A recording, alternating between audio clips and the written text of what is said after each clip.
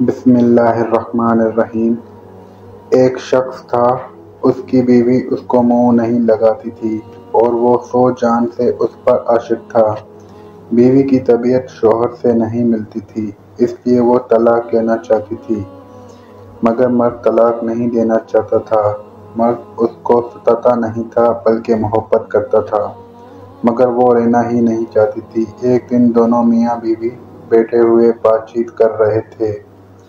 बीवी कुछ कह रही थी, मर्द ने भी कोई जुमला कहा, बस वो चुप होकर बैठ गई। मर्द ने कहा, अगर सुबह सादिक से पहले तू न बोली तो तुझ पर तलाक है।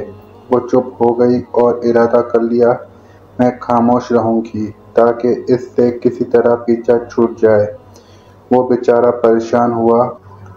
वो हर चंद बुलवाना चाहता था, मगर वो बोलती ही नहीं थी। अब वो समझ गया कि ये तलाक लेना चाहती है और इस तरह बीवी मुझसे जुदा हो जाएगी। अब इसने फ़क़ाए के दरवाजे झांकना शुरू किए। उनसे जाकर अपना हाल बयान किया।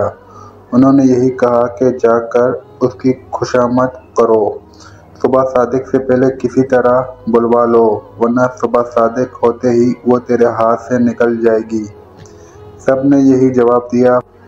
फिर वो इमाम अबू हनीफा रहमतुल्लाह अलैह के पास पहुंचा।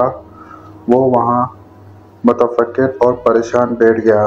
इमाम साहब ने फरमाया कि आज क्या बात है, परेशान क्यों हो?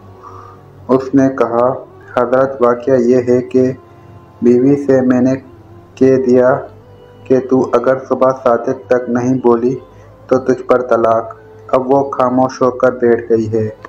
इमाम अबू हनीफा रहमतुल्लाह अलैह ने फरमाया कि तलाक नहीं पड़ेगी, मुतमईन रहो। वो मुतमईन होकर आ गया। फुक़हा ने इमाम साहब पर तौन शुरू किया कि अबू हनीफा रहमतुल्लाह अलैह हराम को हिलाल बताना चाहते हैं।